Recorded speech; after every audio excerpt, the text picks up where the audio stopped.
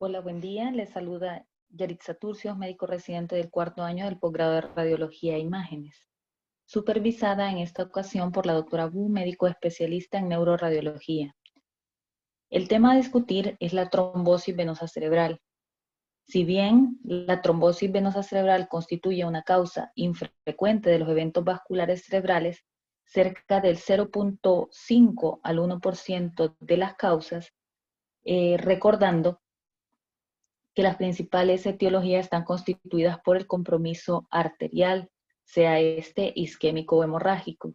Sin embargo, la relevancia de estudiar este tema en específico es porque últimamente, en el contexto de la pandemia por COVID-19, es una de las tantas complicaciones en el espectro de manifestaciones clínicas que la enfermedad puede presentar. Por ende, debemos estar familiarizados con el diagnóstico adecuado y oportuno de dicha patología. Antes de entrar en materia, es necesario tener algunas consideraciones iniciales. El sistema venoso cerebral tiene su origen aproximadamente a partir de la sexta semana del periodo embrionario, finalizando prácticamente cerca de la semana 16. Este surge a partir de tres plexos venosos que mediante un proceso evolutivo gradual pueden tener múltiples anastomosis y variantes anatómicas entre sí. Las consideraciones iniciales que debemos tener es dada la multiplicidad que hay en los factores predisponentes a trombosis vasculares, a trombosis venosas cerebrales, así como el espectro clínico variado, y tener en cuenta que es un proceso dinámico. Por ende, una vez que integremos factores como el conocimiento anatómico, las posibles anastomosis y variantes de la normalidad, así como estar enterados de las causas diversas que pueden conllevar a una trombosis venosa cerebral, y determinar que el espectro clínico es tan variado que el diagnóstico preciso y fino de una trombosis venosa cerebral en muchas ocasiones llega a ser un diagnóstico de exclusión. En una marcha diagnóstica de posibilidades, llegamos a esta consideración al haber descartado otras posibles etiologías. El método diagnóstico tiene importante relevancia, ya que depende también de qué método disponemos. Eh, Así que es necesario conocer las manifestaciones por imagen en cada uno de ellos. Y en la marcha radiológica debemos integrar todas las consideraciones antes mencionadas para poder realizar un adecuado diagnóstico. Inicialmente, pues una de las consideraciones o ítems que tenemos que fijar es el conocimiento anatómico.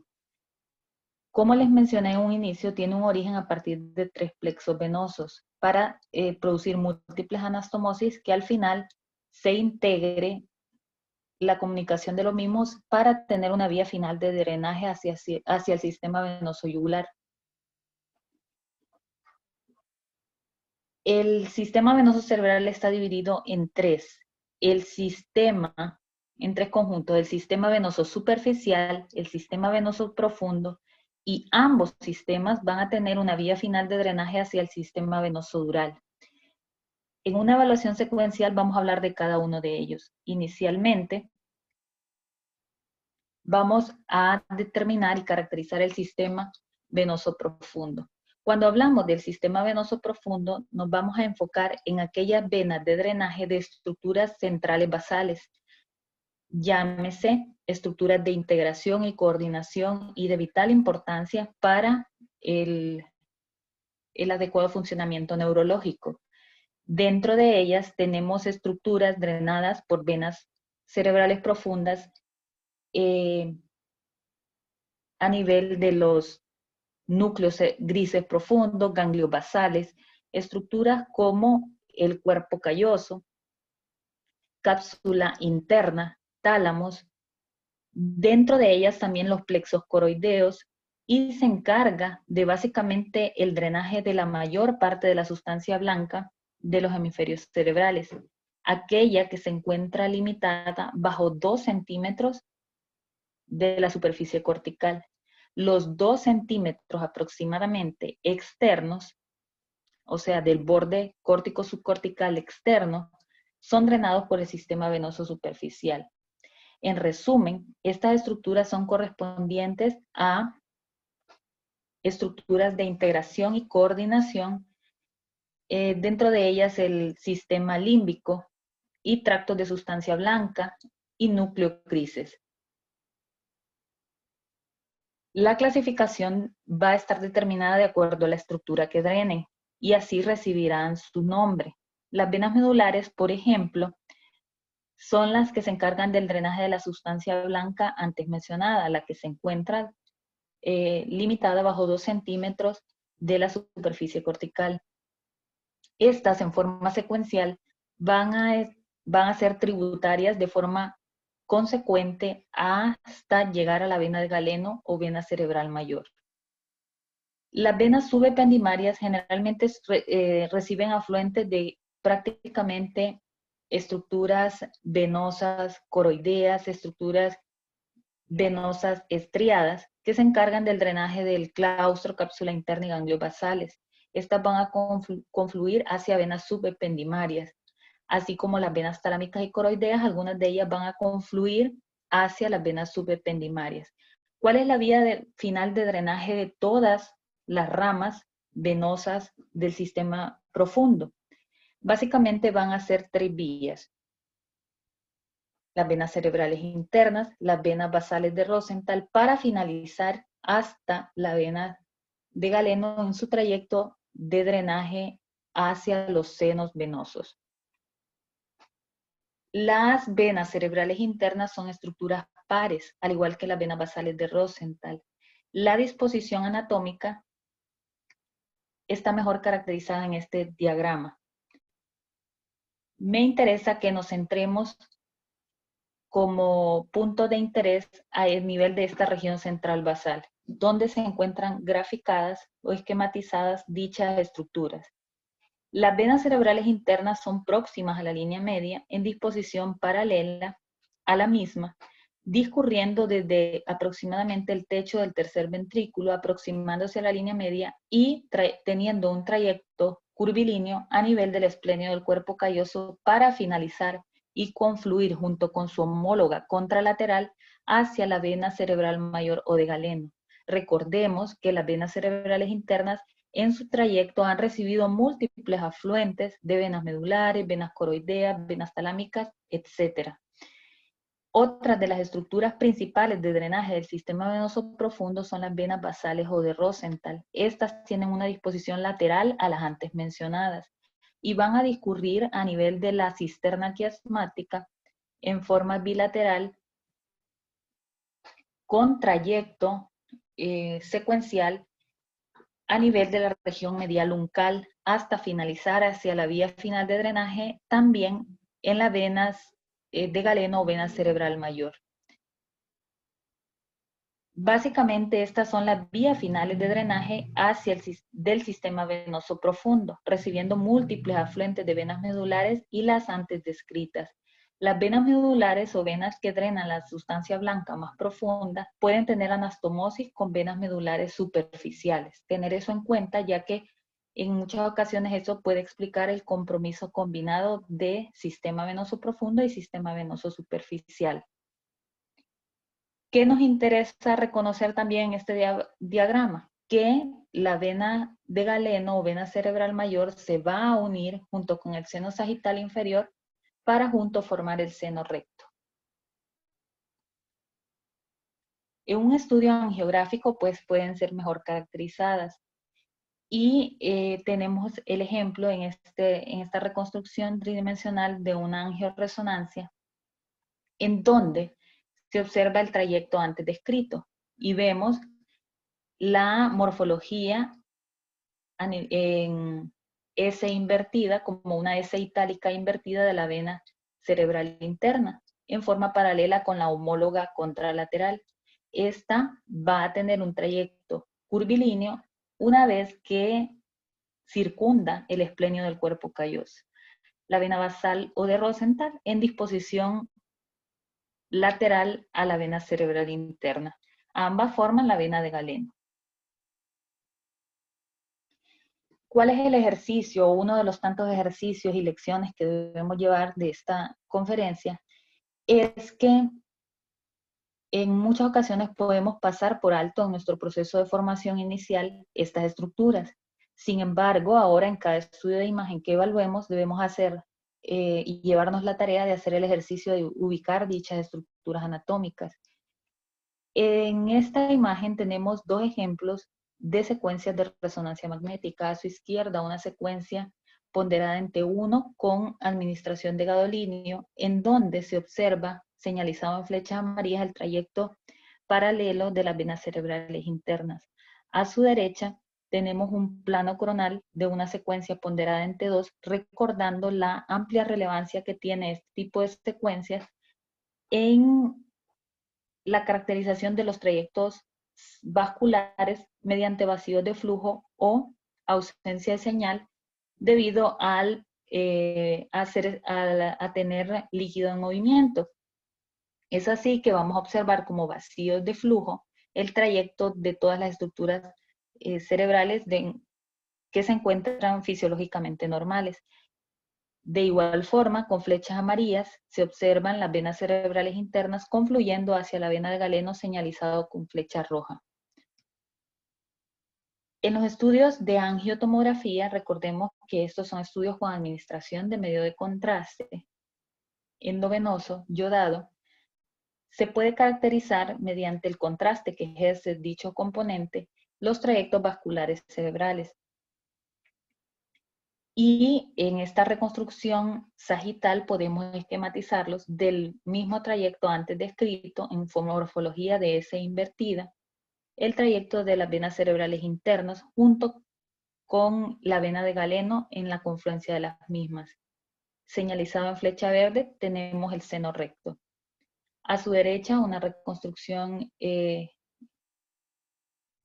de angioresonancia en secuencia 2 de TOF, que esta secuencia pues prescinde, no utiliza medio de contraste, básicamente se encarga de la reconstrucción de los trayectos vasculares sin utilización del mismo. Y podemos identificar señalizado en color naranja el trayecto del seno sagital superior, pero para fines del interés del subtema evaluado, podemos identificar el trayecto de la vena cerebral interna, señalizado en amarillo, discurriendo hacia la vena cerebral mayor y confluir con el seno sagital inferior para formar el seno recto. Una vez entendidas estas estructuras, podemos proceder en la marcha secuencial del conocimiento anatómico a identificar ahora las estructuras del sistema venoso superficial. El sistema venoso superficial se encargará del drenaje del resto de estructuras. Llámense los 2 centímetros externos aproximadamente de la sustancia blanca y la región cortical. Esta se encarga del drenaje o del trayecto de venas corticales y medulares, las cuales característicamente tienen un recorrido extremadamente variable. En los mapas anatómicos vasculares podemos esperar, sobre todo en los trayectos arteriales, trayectos geográficos bien definidos, de disposición geométrica. Sin embargo, aunque usualmente una arteria va acompañada de una vena, las venas pueden tener múltiples anastomosis o variantes anatómicas que no permitan trayectos venosos o mapas tan definidos como los trayectos arteriales. Por ende, estas se van a clasificar respecto a la dirección general que presenten en el flujo. Dentro de ellas se van a denominar básicamente de acuerdo al trayecto que sigan, en frontales, laterales, mediales, inferiores, temporales laterales y temporales inferiores. Estas pueden tener otros trayectos secundarios denominados frontales ascendentes y así en forma consecutiva, laterales ascendentes, laterales descendentes, etc. Otras de las estructuras que debemos fijar son las venas puente. Las venas puente, recordemos que todos los vasos superficiales superficiales corticales cerebrales tienen una disposición anatómica a nivel del espacio subaracnoideo caracterizado en color verde en este gráfico. Coronal. ¿Cuál es la vía final de drenaje de las venas cerebrales superficiales? Pues evidentemente son los senos venosos durales. En este caso, las venas corticales van a drenar hacia el seno sagital superior, constituyendo afluentes del mismo. Pero los senos venosos se encuentran dispuestos anatómicamente en el espacio entre las láminas durales, o sea que para poder cruzar del espacio subaracnoideo hacia su sitio de drenaje tienen que tener un pequeño trayecto que cruza entre la aracnoides hacia el espacio subdural. Eso es denominado vena puente. ¿Cuál es la importancia clínica de este trayecto? Que estas son las venas que explican el compromiso de hematomas subdurales. Una vez que se produce una injuria a nivel de estas venas, vamos a tener la formación de colecciones o hematomas con formación de hematomas, valga la redundancia, subdurales. Otra de las particularidades anatómicas que debemos conocer son las variantes o anastomosis del sistema venoso superficial con el sistema venoso dural, ya que estas variantes anatómicas o realmente son anastomosis que todos presentamos, constituyen vías de alivio o vías de flujo alterno que expliquen por qué en muchas ocasiones las trombosis venosas cerebrales no tienen una amplia repercusión clínica en el paciente, ya que al producirse anastomosis entre el sistema venoso superficial y sistema venoso dural, presentan rutas alternas del flujo retrógrado. Vamos a conocerlas. La primera es la vena anastomótica superior anterior. Esta tiene su localización explicada de acuerdo a su nombre, tiene una disposición superior anterior y recibe el nombre de vena de Trollard. Estas son denominadas con dichos epónimos. La vena de Trollard es la vena anastomótica superior anterior. Esta comunica el seno, el sistema venoso superficial con el seno sagital superior. La vena anastomótica inferior, posterior, básicamente atraviesa el lóbulo temporal en la región superficial y se encarga de comunicar el sistema venoso superficial con el seno transverso. Y la tercera en cuestión es la vena silviana superficial o vena cerebral media superficial, que se encarga básicamente de comunicar las dos anteriores. Para que sea mejor comprendido, tenemos este ejemplo gráfico, en donde observamos en esta localización la vena anastomótica superior anterior, conocida como vena de Trollard, que comunica el sistema venoso superficial con el seno sagital superior. Luego, la vena de la V o vena anastomótica posterior inferior, que atraviesa el lóbulo temporal y comunica el sistema venoso superficial con el seno transverso. Luego tenemos la vena cerebral media superficial o vena silviana superficial que comunica las dos anteriores. Si existe un proceso oclusivo en cualquiera de esas localizaciones, se pueden producir vías alternas de alivio que disminuyen la repercusión clínica. El ejercicio y tarea es identificarlas en los estudios de imagen. En este ejemplo angiográfico tenemos el esquema de las mismas. Señalizado en amarillo, tenemos la vena cerebral media o silviana superficial. En verde, la vena anastomótica superior anterior o vena de Trollard. y en rojo la vena de la B. Ya llevamos la secuencia del conocimiento anatómico del sistema venoso profundo, luego el sistema venoso superficial. Ambos sistemas van a drenar hacia el sistema venoso dural.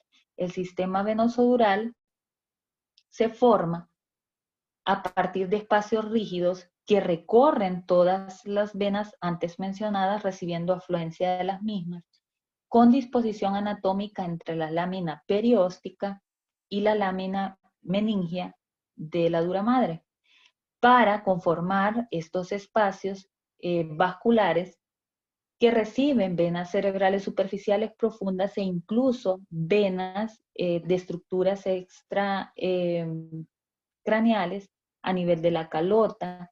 Hay estructuras que drenan incluso a las venas oftálmicas en las órbitas, que drenan estructuras superficiales de la región facial.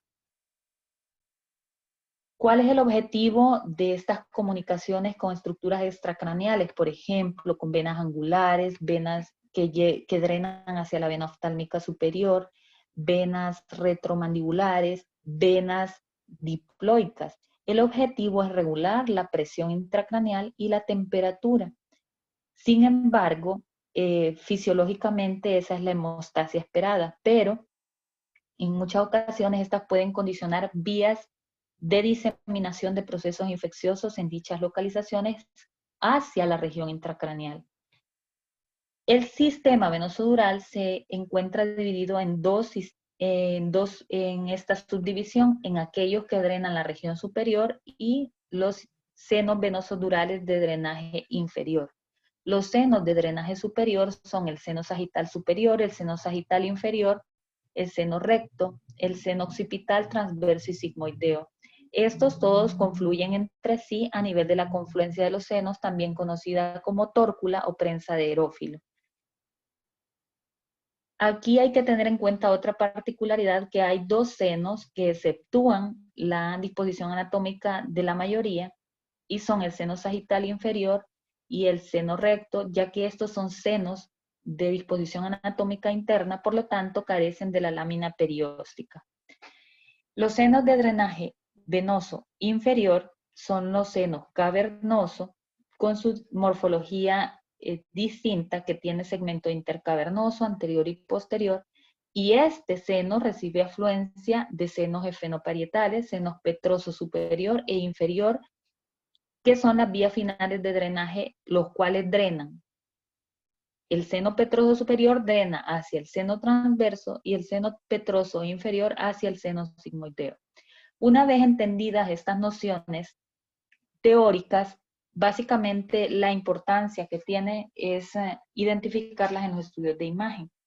En este diagrama, ya antes explicado, ahora la tarea es identificar dichos senos. Tenemos el seno sagital superior, que puede presentar la variante con predilección de drenaje que comunica hacia el seno transverso derecho. Todos van a confluir hacia la prensa de Erófilo, sin embargo, este puede estar más lateralizado, repito, hacia el seno transverso derecho. Luego tenemos el seno sagital inferior, que se une junto con la vena cerebral mayor o de Galeno, recibiendo la afluencia del sistema venoso profundo para drenar hacia el seno recto y consecuentemente hacia la confluencia de los senos. Estos tienen comunicación con ambos senos transversos para tener una vía final de drenaje hacia los senos sigmoideos y sistema venoso yugular. Luego, tenemos los senos de drenaje inferior. Dentro de estos, el seno esfenoparietal, que junto con la vena oftálmica drenan hacia el seno cavernoso. El seno cavernoso va a tener vías de drenaje hacia los senos petrosos. El seno petroso superior, que drena hacia el seno transverso, y seno petroso inferior, que drena hacia el seno sigmoideo. Entendidas todas estas nociones anatómicas, podemos tener una idea general de cómo un proceso oclusivo puede comprometer cualquiera de las localizaciones, e incluso en forma combinada podemos tener compromiso tanto superficial, profundo o de senos venosos. Otra de los aspectos a considerar son las variantes anatómicas. Dentro de las variantes anatómicas se pueden considerar hipoplasias, aplasias o dominancias. Particularmente la dominancia se manifiesta en mayor medida a nivel de los senos transversos. En un 59% hay dominancia del seno transverso derecho. En un 25% hay dominancia del seno transverso izquierdo y en un 16% de los casos hay codominancia. Esto tiene mucha importancia ya que en muchas ocasiones puede dar falsos positivos o ideas de sospecha de trombosis venosa si no tenemos la información clínica completa. Nuevamente, este gráfico de un estudio angiográfico en un plano sagital en donde se identifica señalizado en verde el seno sagital superior, en amarillo el seno recto, confluyendo hacia la prensa de erófilo. En este plano axial podemos identificar la disposición anatómica del seno sigmoideo con su vía final de drenaje hacia el seno venoso yugular. En esta imagen tridimensional de secuencia de resonancia, de angioresonancia 2 de TOF o tiempo de vuelo, podemos identificar con la flecha roja el seno sagital superior, con la flecha verde el seno recto, en color naranja el seno transverso y en amarillo el seno sigmoideo. El seno cavernoso pues tiene una disposición anatómica muy peculiar. Recordemos que es un sitio de complejidad para el estudio, ya que en este sitio anatómico confluyen varias estructuras de suma importancia, dentro de ellas estructuras vasculares como las arterias carótidas, las estructuras nerviosas, dentro de ellos nervios nervios como el tercer par craneal, tenemos ramas B1 y B2 que se encargan de la sensibilidad facial. Por eso, la complejidad del compromiso de esta región tiene un espectro clínico muy variado y muy florido. Dentro de estas posibilidades etiológicas debemos considerar no solo la trombosis venosa, sino causas inflamatorias, infecciosas o inflamatorias de etiología poco esclarecida como el síndrome de Tolosa-Hunt. Básicamente, cuando existe compromiso del seno cavernoso, son pacientes que debutan con oftalmoplejía, pueden tener alteraciones con hiperestesia o hipoestesia de la ramas de B1 y B2. Asimismo, pueden tener dolor orbitario y proptosis. Puede existir también compromiso gradual de 24 a 48 horas que comprometa la región orbitaria contralateral. Esto nos conlleva a tener etiologías de alta sospecha clínica. Es así que no vamos a definir un proceso patológico en dicho nivel sin una sospecha clínica bien esclarecida. Ya entrando en materia de nuestro tema y una vez integrado todo el conocimiento anatómico, vamos a reconocer algunos detalles importantes de la trombosis venosa. Evidentemente, puede ocurrir trombosis venosa del seno dural, trombosis venosa cortical y trombosis venosa profunda. Los cuadros de trombosis venosas cerebrales suelen ser combinados. Es así que podemos tener combinación de trombosis venosa profunda con afectación secundaria de los senos venosos durales. La trombosis venosa cortical en combinación con senos venosos durales. Son los espectros por imagen más conocidos. Encontrar una trombosis venosa cortical aislada o una trombosis venosa cerebral profunda aislada, pues suelen ser casos anecdóticos. Básicamente, generalmente, llegan a comprometer los senos venosos durales. Por ende, tenemos que conocer los signos de imagen que orientan a compromiso de cada una de dichas estructuras.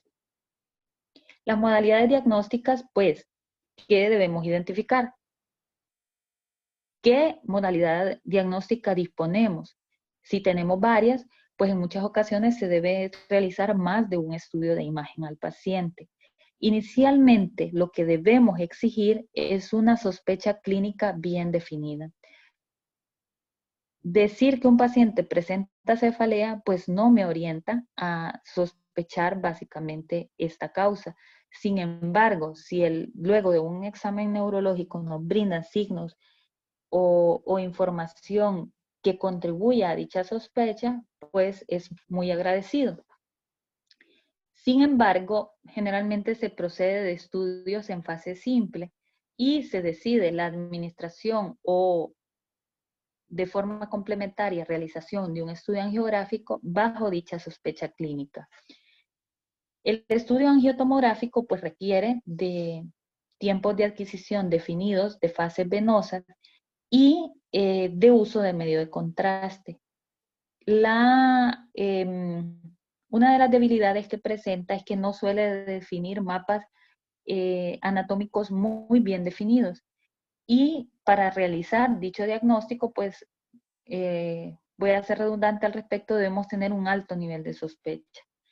La angioresonancia, pues ante la multiplicidad de secuencias que nos ofrece, nos da mucha más información que nos ayuda a poder esclarecer el diagnóstico. Y otra de las ventajas que presenta es que podemos prescindir del uso de medio de contraste. En muchas ocasiones se debe realizar de forma combinada el estudio de angioresonancia 2 de TOF con el complemento usando gadolinio.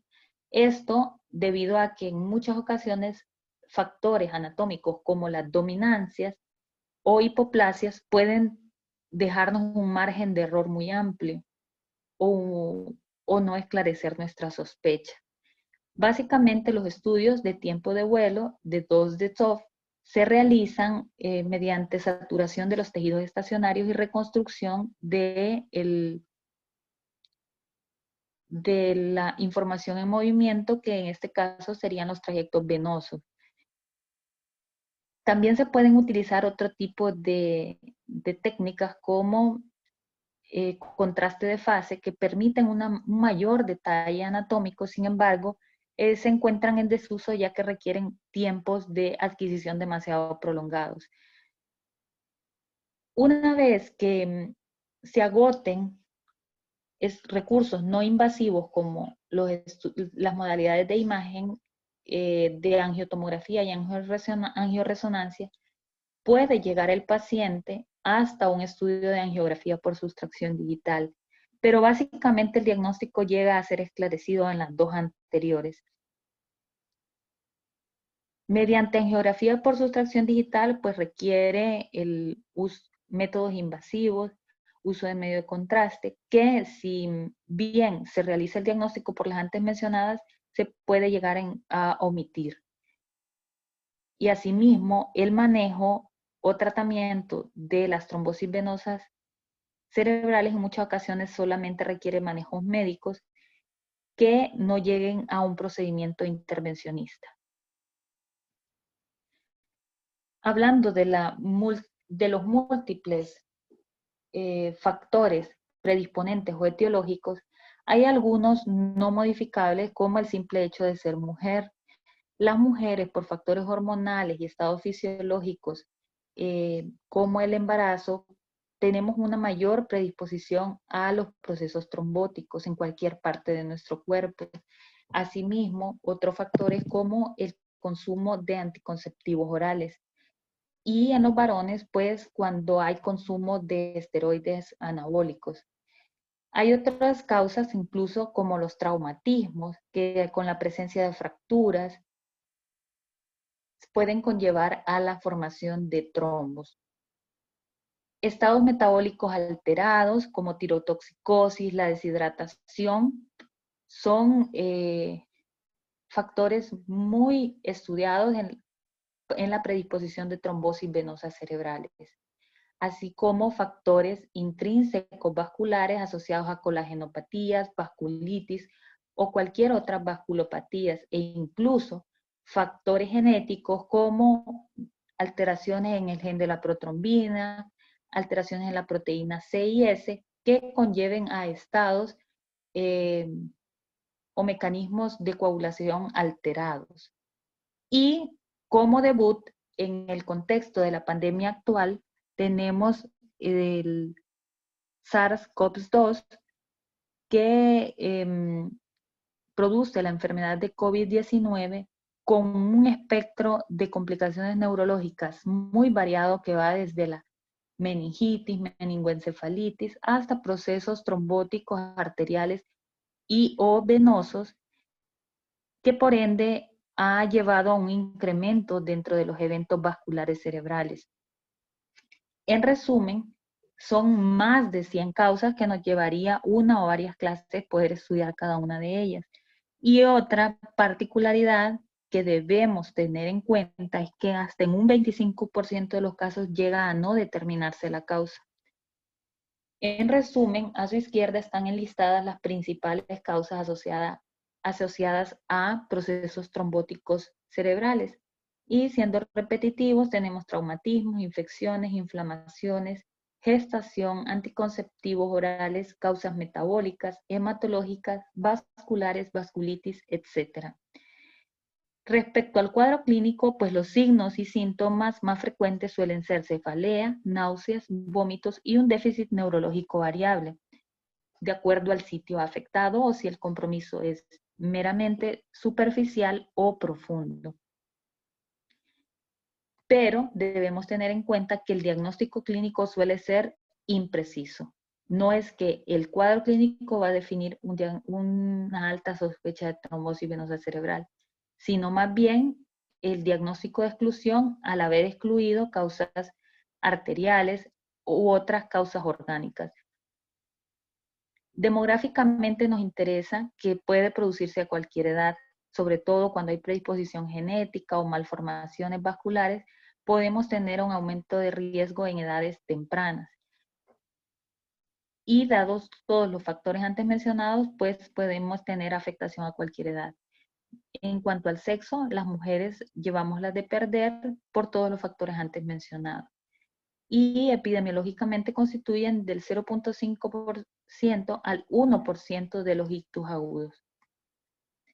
Los territorios de drenaje venoso se están esquematizados en este gráfico que pueden revisarlo nuevamente en la página de Radiology Assistant. Me gusta mucho este gráfico porque ya tenemos esquemas mentales de los territorios geográficos del compromiso arterial, si bien no son tan específicos como los territorios arteriales, estos nos orientan a tener un alto nivel de sospecha mediante las modalidades de imagen. Les repito que básicamente una arteria generalmente va acompañada de una vena, pero dadas las múltiples anastomosis y variantes de los trayectos venosos hacen que los mapas no sean tan geográficamente delimitados. Pero tenemos la representación en color rojo en estos gráficos del territorio de drenaje de venas corticales o superficiales. En azul tenemos el territorio de drenaje del sistema venoso profundo, recordando que son estructuras de integración, sustancia blanca profunda, núcleos grises. En amarillo tenemos el territorio de los senos efenoparietales, que también se encargan del drenaje de las estructuras de senos paranasales.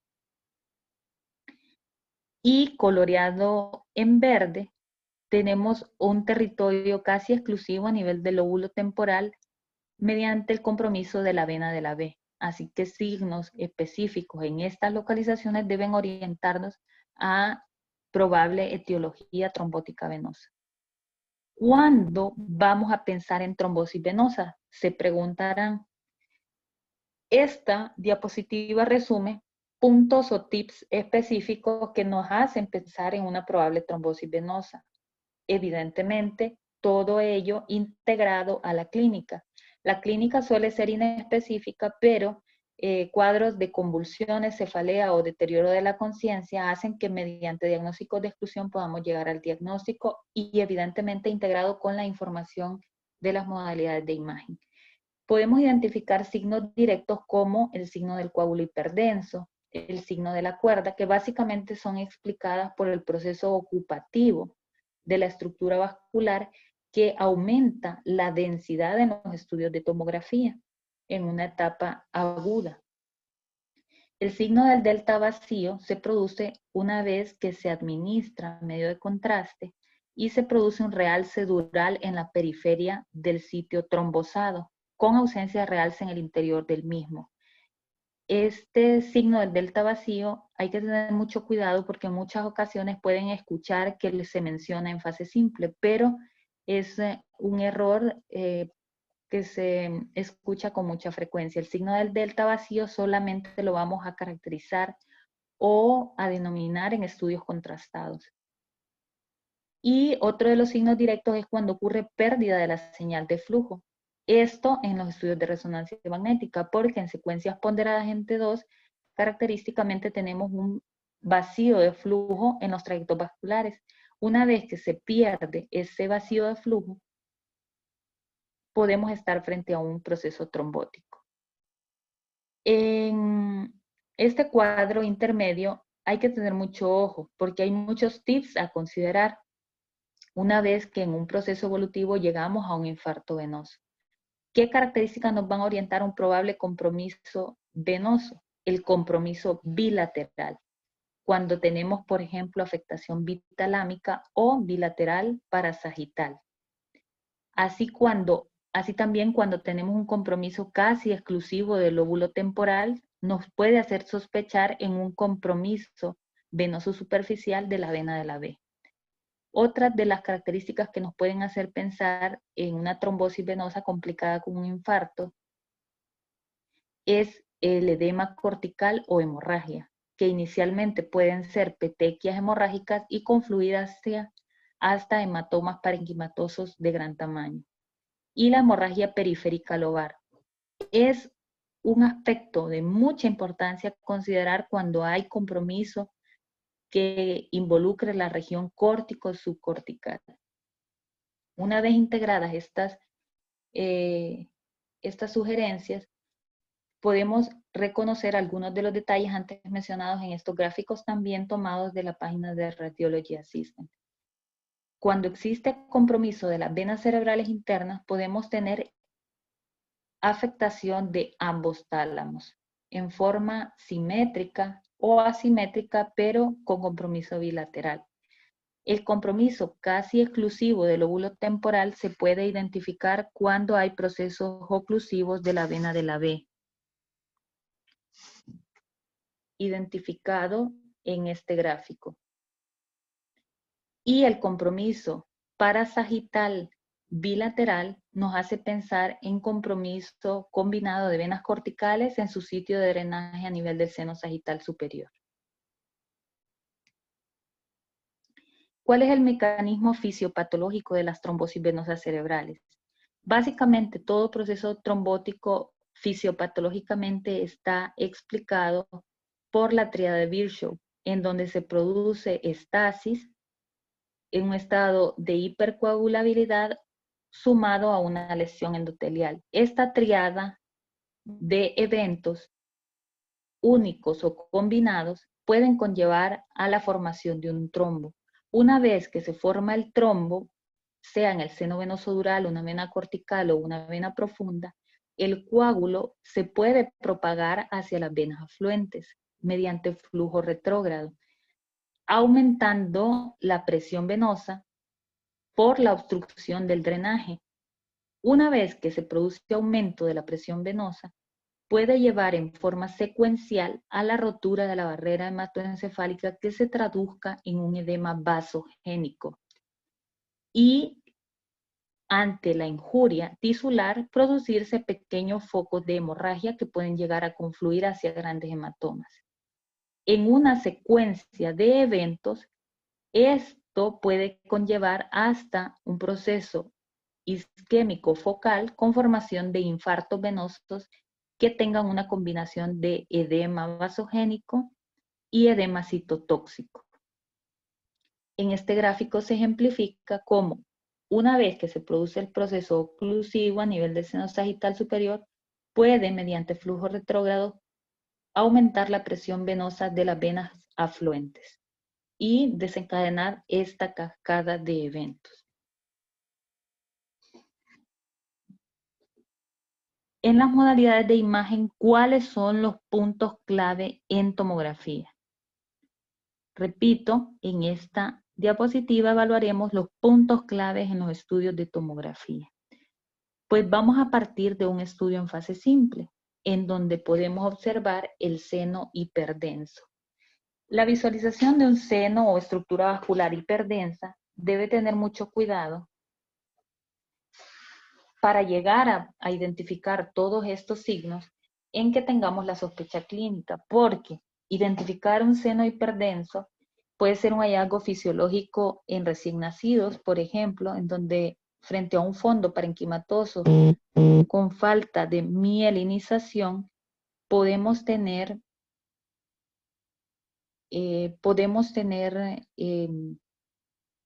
incluso policitemia que aumenten la densidad de los trayectos venosos.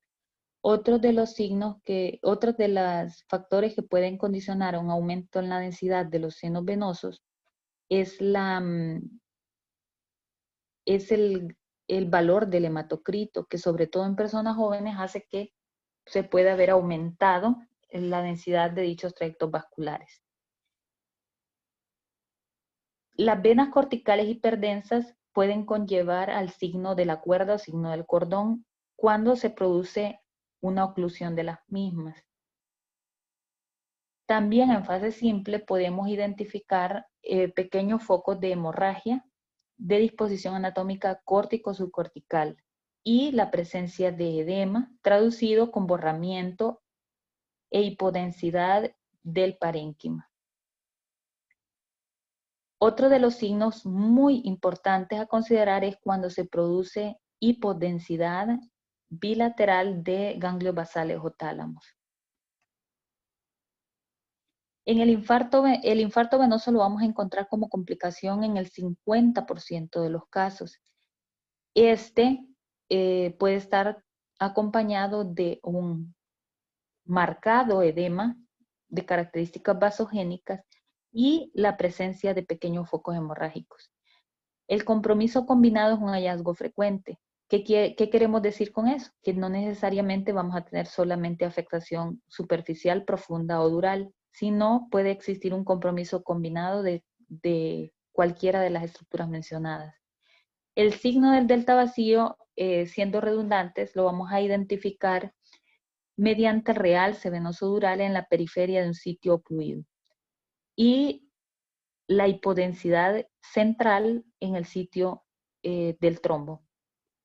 Venas peludas, dilatadas o irregulares en la periferia del área afectada realmente corresponden a conductos colaterales que se ingurgitan como medio de rescate para el sitio comprometido.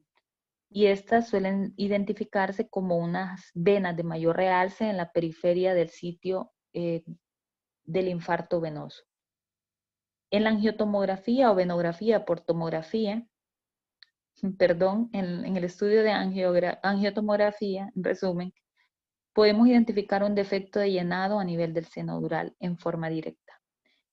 Hay que tener mucho ojo y precaución con el coágulo agudo, que es hiperdenso, ya que si bien observamos directamente el estudio de angiotomografía, podemos dar un falso negativo, ya que la confluencia del medio de contraste con un trombo hiperdenso hace que podamos pasarlo por alto. ¿Cómo vamos a evitar este problema? Identificando en forma ordenada, tal cual nuestros maestros nos han enseñado, desde el estudio en fase simple. Aquí hay algunos ejemplos de imágenes que ejemplifican todas las nociones antes descritas. En el gráfico a su izquierda se representa mediante color morado el área trombosada y podemos ver la representación transversal a nivel del seno sagital superior es donde se forma el signo del delta. Y vemos la ocupación de dicho seno junto con la ocupación del seno recto. A su derecha tenemos el corte axial de tomografía en fase simple, en donde se identifica hipodensidad bilateral de ambos tálamos, aumento de la densidad del trayecto de las venas cerebrales internas del seno recto y del seno transverso derecho. Este hallazgo es de alta sospecha para trombosis venosa. Al administrar medio de contraste se identifica el típico signo del delta vacío por el realce periférico de la dura madre y la hipodensidad en el sitio del trombo. En la reconstrucción sagital se ejemplifica en mejor medida dicho hallazgo y vemos la extensión del compromiso hacia la vena cerebral, hasta la vena cerebral mayor o de Galeno. Aquí tenemos otros ejemplos en donde existe un compromiso aislado de una vena cortical en la región frontoparietal izquierda, identificando un área hipodensa, geométrica, córtico-subcortical por el compromiso de dicha vena. Tras la administración de contraste vemos en este ejemplo una trombosis bilateral de senos transversos con el proceso oclusivo hipodenso en el trayecto de los mismos. Recordemos, uno de los hallazgos representativos de trombosis de la vena de la B es el compromiso exclusivo del lóbulo temporal, que plantea otros diagnósticos diferenciales. Sin embargo, en este ejemplo podemos ver la mayor densidad o signo de la cuerda en el trayecto de la vena de la B hacia el sitio de drenaje en el seno transverso.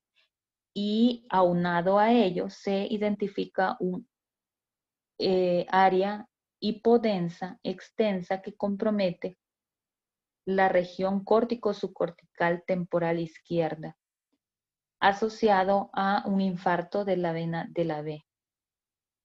Este hallazgo puede conllevar a complicaciones hemorrágicas, o sea, infartos hemorrágicos, y aquí tenemos un ejemplo representativo, en donde se observa una lesión hiperdensa que compromete el lóbulo temporal izquierdo con marcado edema perilesional, que al realizar el estudio angiográfico se puede identificar el realce dural periférico a nivel del seno transverso ipsilateral por el proceso oclusivo hacia el sitio de drenaje de la vena de la B.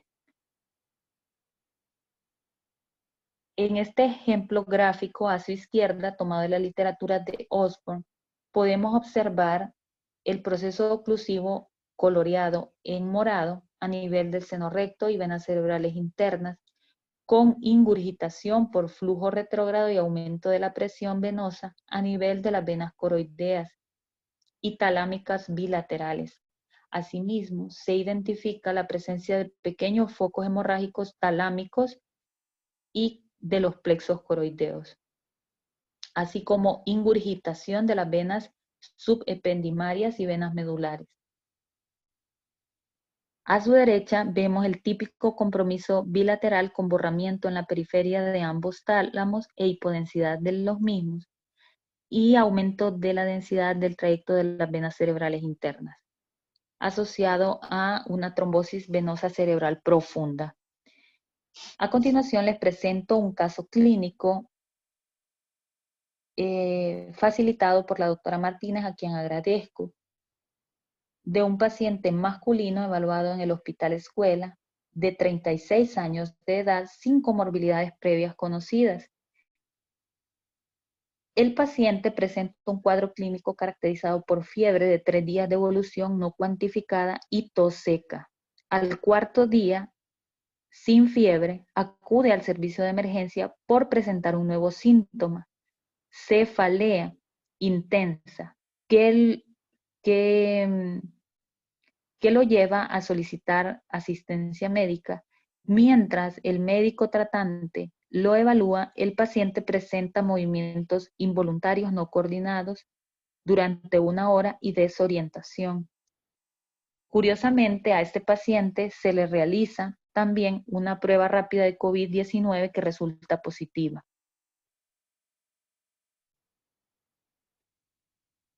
Inicialmente se le realizó un estudio de tomografía cerebral en fase simple, en la cual como hallazgos de relevancia se representan estos cortes axiales, identificando una marcada hiperdensidad en el trayecto de los senos transversos en forma bilateral. Asimismo, se identifica una hiperdensidad significativa en el trayecto del seno sagital superior. Mejor caracterizado el compromiso de dichos trayectos en la reconstrucción sagital, en donde se observa extensión en el trayecto del seno sagital superior, así como hiperdensidad muy marcada en el segmento posterior del seno sagital superior, vena cerebral interna y seno recto, hasta la confluencia de los senos.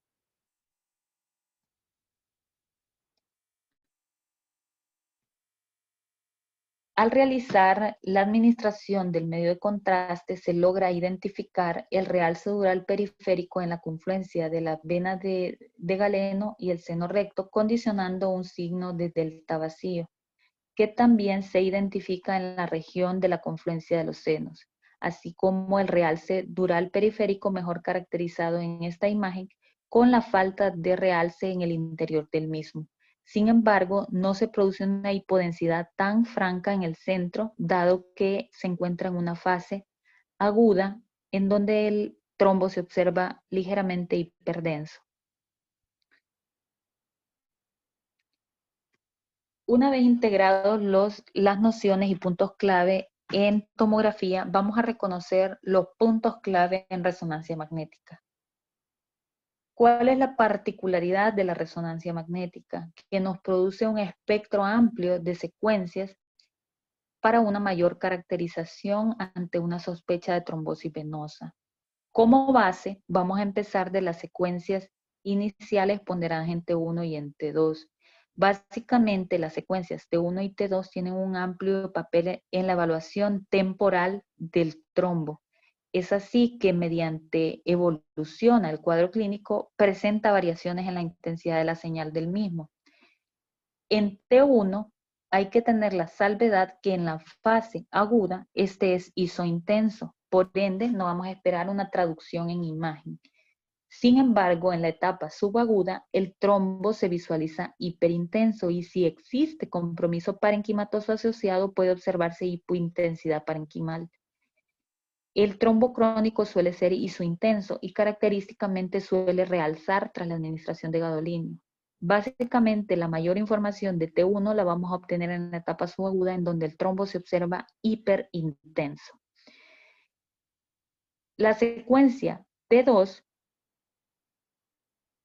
tiene un amplio papel en la evaluación del trombo. ¿Por qué? Porque nos permite una información muy detallada de los vacíos de flujo de los trayectos vasculares, observando hipointensidad en el trayecto de los mismos. Sin embargo, ojo con el trombo agudo, porque el trombo agudo es hipointenso, por ende, puede per se simular vacíos de señal normales si no tenemos una evaluación secuencial de todo el estudio. El trombo agudo puede ser hiperintenso y el trombo crónico hiperintenso. Por ende, en estas secuencias, pues el margen de error disminuye. Pero en la etapa aguda, al tener un trombo hipointenso, debemos valernos de todo el resto de secuencias, particularmente de las secuencias eco de gradiente.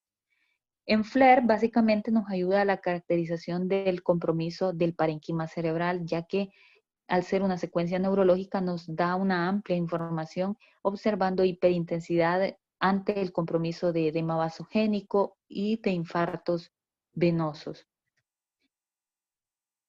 Las secuencias eco de gradiente, denominadas secuencia GRE, tiene un amplio papel, sobre todo en complemento a las secuencias T2, ya que en aquellos casos que estamos frente a un trombo demasiado agudo, este nos complementa la información, ya que en la secuencia GRE el trombo se observa hipointenso, tiene una alta sensibilidad para el mismo. Sin embargo, hay que realizar el diagnóstico diferencial con otras hipointensidades en GRE, como la presencia de calcificaciones y la presencia de hemorragia.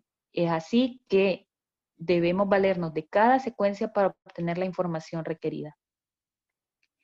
En difusión, en el 40% de los casos se puede observar hiperintensidad o restricción en el sitio del coágulo, en el sitio obstruido. Pero básicamente, en el proceso fisiopatológico evolutivo antes estudiado, básicamente tenemos que discriminar la presencia de edema, ya que tanto el edema vasogénico como el edema citotóxico condicionan restricción en difusión, puede ser en grado variable. Sin embargo, el complemento y diagnóstico diferencial se va a establecer mediante el coeficiente aparente de difusión, el mapa de ADC, que nos permite distinguirlos. La potenciación en T1 más gadolinio nos permite también identificar el signo del delta vacío, que no solamente se caracteriza en tomografía, ya que en estos casos observaríamos el realce dural periférico. Mucho ojo con el trombo crónico, porque el trombo crónico puede captar medio de contraste y conllevarnos a diagnósticos falsos negativos. Básicamente, la venografía por resonancia magnética 2 de TOF o tiempo de vuelo o con gadolinio nos va a ayudar a identificar la ausencia de flujo en el sitio ocluido y la presencia de vasos colaterales que suelen realzar en la periferia del sitio afectado. Este es un plus que nos ayuda a diferenciar entre edema vasogénico y edema citotóxico. ¿Cuál es la importancia de identificarlo? El edema vasogénico puede ser simplemente un efecto secundario del flujo retrógrado y aumento de la presión venosa. Sin embargo, el edema citotóxico nos traduce que estamos frente a un core o un sitio isquémico como complicación gradual, evolutiva. En tomografía, pues únicamente podemos identificar hipodensidad, borramiento de surcos, etcétera, que nos orienten a la presencia de edema. En secuencias muy sensibles y neurológicas como la secuencia FLAIR, pues observamos áreas hiperintensas que no nos ayudan a discriminar el mismo. Asimismo, en las secuencias de difusión podemos identificar restricción en grado variable en ambos tipos de edema. Sin embargo, el amplio papel lo va a tener en estos casos el ADC o el coeficiente aparente de difusión, ya que en este fragmento extraído tal cual de un artículo que lo explica abajo citado, se establece la diferencia entre el tipo de edema vasogénico y citotóxico, dado que ambos pueden alterar la secuencia de difusión por restricción del movimiento browniano de los protones. Sin embargo, en el mapa de ADC, aunque ambos sean hiperintensos en difusión, el edema citotóxico se va a observar hipointenso y el área de edema vasogénico hiperintenso.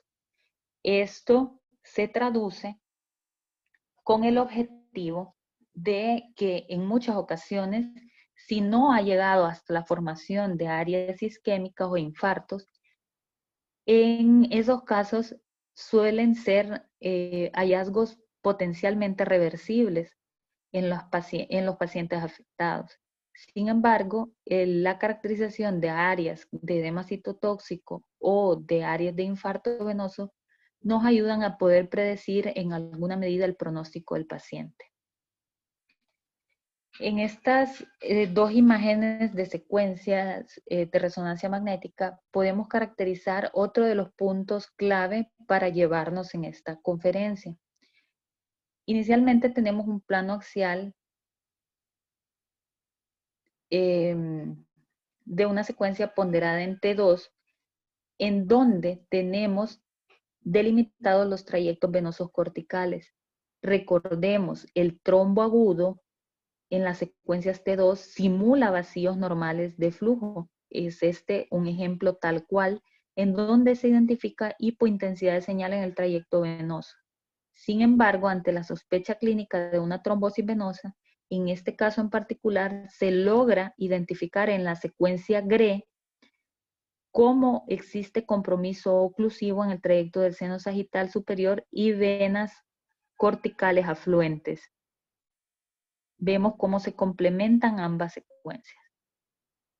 Otra de las particularidades es el seno cavernoso. Recordemos que recibe afluentes de venas oftálmicas, senos esfenoparietales y por ende procesos infecciosos en dichas localizaciones pueden conllevar a trombosis de etiología infecciosa en dicha localización. Este es un ejemplo de dicha premisa en donde se observa un compromiso infeccioso significativo del seno esfenoidal y en el estudio inicial de tomografía cerebral en fase simple, tras la administración de gadolinios, se identifica únicamente el realce dural en la periferia del seno cavernoso con ausencia de realce en el interior del mismo por un proceso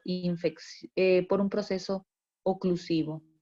En el estudio de resonancia magnética con gadolinios se observa de igual forma la ausencia de realce al interior del mismo y una discreta disminución de calibre de la arteria carótida derecha en forma secundaria.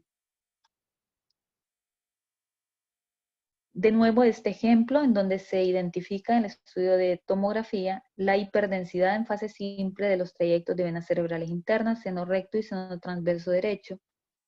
Y tras la administración del medio de contraste, la confirmación de un proceso trombótico en la extensión de dichas estructuras. Sin embargo, se agregan en esta caracterización dos imágenes de resonancia magnética. A su izquierda, un plano axial de secuencia ponderada en T2, en donde tenemos de nuevo la información de la importancia del tiempo de evolución de la trombosis, ya que este cuadro es de evolución aguda. Y observamos que en todo el sitio afectado se simulan vacíos de flujo normales de las áreas afectadas, pero llama la atención otro hallazgo, la hiperintensidad talámica bilateral.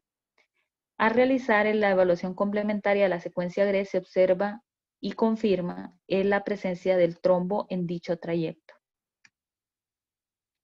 Otro de los signos radiológicos, la hiperintensidad talámica bilateral, que compromete en mayor medida el tálamo izquierdo. Los diagnósticos diferenciales deben depender de la alta sospecha y diagnóstico de exclusión, ya que la hiperintensidad per se de los ganglios basales y tálamos tiene otros diagnósticos diferenciales.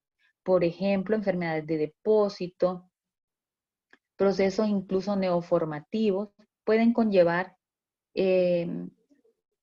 a dar esta señal en FLAIR e incluso enfermedades metabólicas. Sin embargo, al realizar estudios angiográficos podemos caracterizar en mayor medida la presencia de una trombosis venosa. En este caso, un estudio de tomografía con contraste con máxima intensidad de proyección en un plano sagital podemos observar la presencia de trombosis que compromete el seno recto hasta la vena de Galeno. Otro caso clínico facilitado por la doctora Aguilar, a quien agradezco, es el de una paciente femenina de 33 años evaluada en el Instituto Hondureño de Seguridad Social, quien presentaba un espectro clínico muy amplio. Sin embargo, se resumen los datos de relevancia en esta diapositiva. La paciente presentaba un cuadro clínico de evolución subaguda caracterizado por cefalea, fiebre y náuseas. Al examen físico también presentaba un rash o erupción cutánea sin antecedentes de dermatosis conocida como urticaria u otras.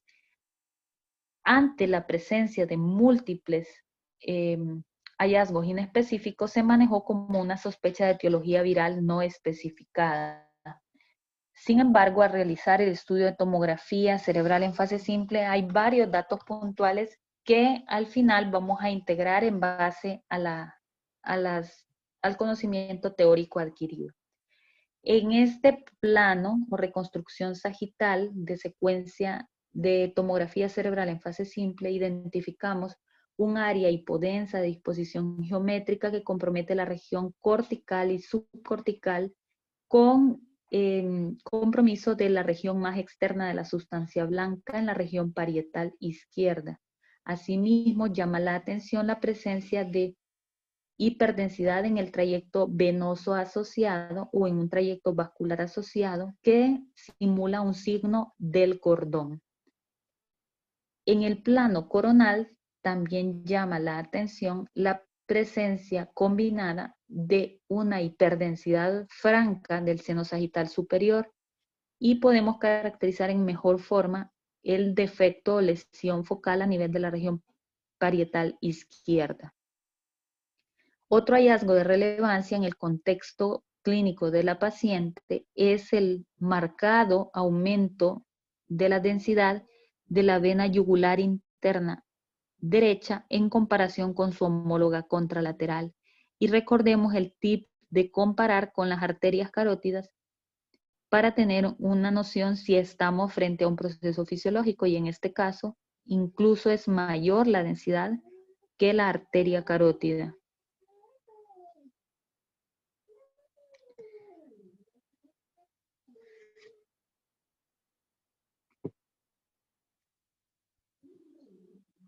Al realizar el estudio de resonancia magnética en forma complementaria, podemos identificar una suma de hallazgos para mayor caracterización. En este caso podemos observar